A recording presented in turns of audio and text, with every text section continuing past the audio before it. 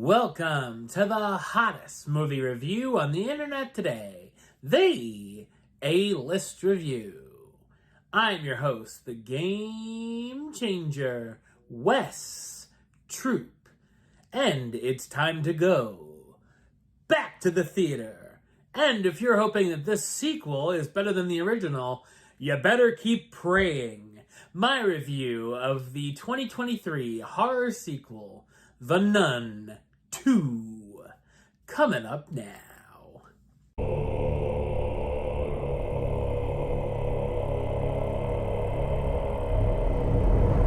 In 1956, mysterious murders of priests and other church officials have been occurring across Europe.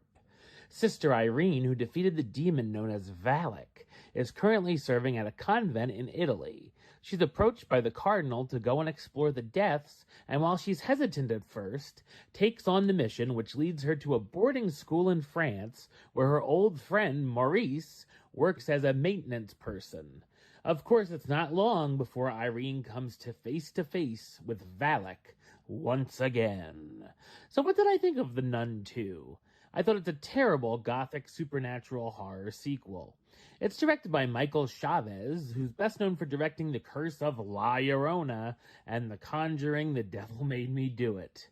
As far as the first film, I thought it's one of the weakest entries in the Conjuring universe, as it's painfully mediocre, and I thought this one was even worse.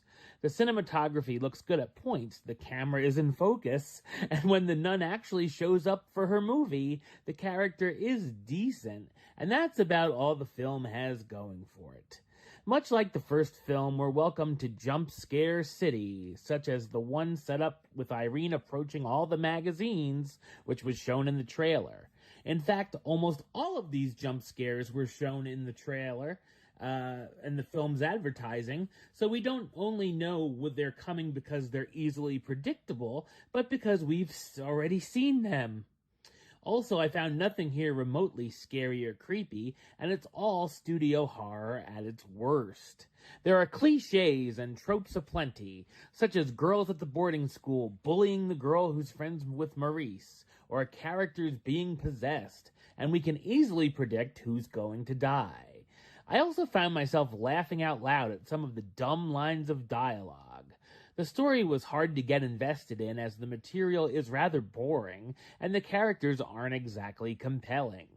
Irene is given a backstory that's pretty uninspired, and there's a number of unneeded subplots. It all comes to a head with an eye-rollingly lame finale. At almost 2 hours, the runtime goes on way too long as well.